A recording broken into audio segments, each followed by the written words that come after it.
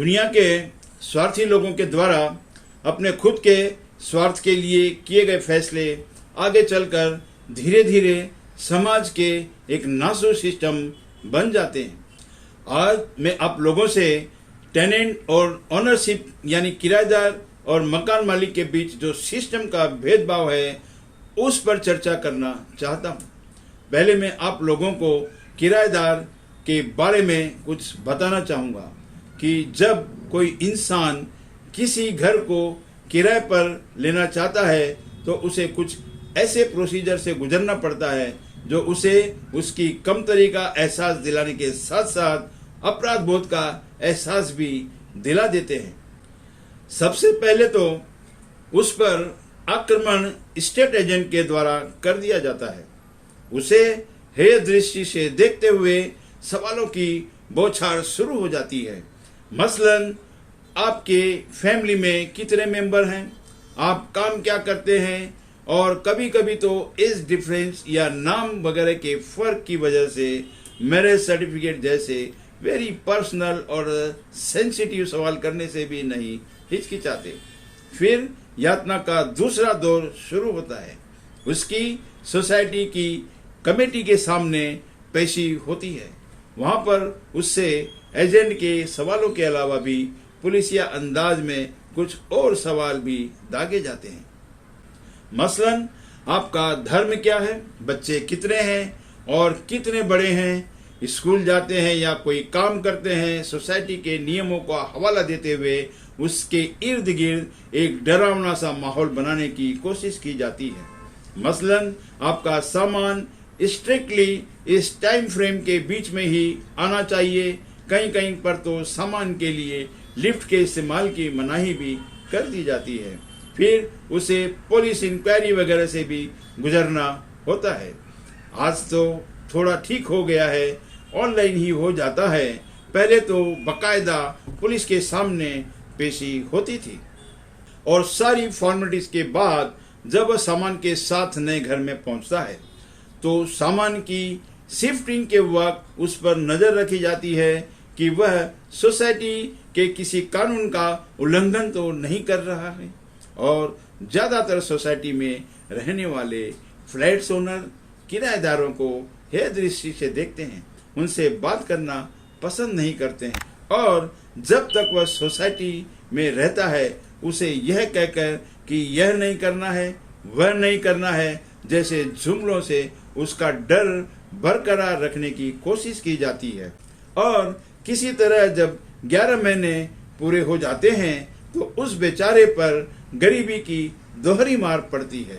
Agent अपने commission के लिए दोबारा उसके पास पहुंचता है और उस महीने उसे एक किराया मकान मालिक को और एक उस एजेंट को देना पड़ता है।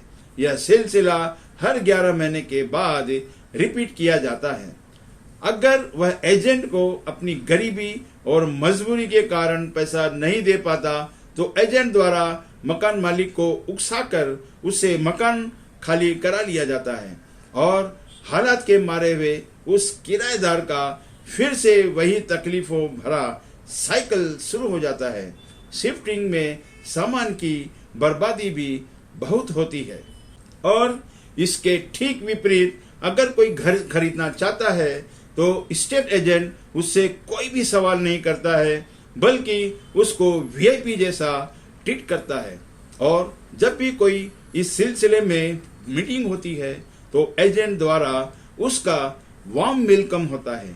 चाय लेंगे या ठंडा वगैरह से उसे वीआईपी होने का एहसास दिलाया जाता है। सोसाइटी के सामने उसकी कोई परेड नहीं होती, कोई सवाल जवाब या सोसाइटी के नियम वगैरह के बारे में भी नहीं बताया जाता और न ही उसकी कोई पुलिस इंक्वायरी होती है। घर खरीदने की सारी फॉर्मेलिटीज मसलन सारी पेमेंट और रजिस्ट्रेशन होने के बाद सिर्फ एक फॉर्म जिस पर खरीदने और बेचने वाले दोनों की सिग्नेचर होती है उसे रजिस्ट्रेशन कॉपी के साथ सोसाइटी ऑफिस में जमा करा दिया जाता है। सोसाइटी मेंबर्स भी उसका वार्म वेलकम करते हैं। दूसरे फ्लैट ओनर्स भी उससे बातचीत और रिलेशंस को बढ़ाने की दिलचस्पी दिखाते हैं। यह ओनर्स और टेनेंट के बीच जो डिफरेंसेस है वह हमारे समाज की सड़ी गली सोच और मानसिकता को उजागर करता है।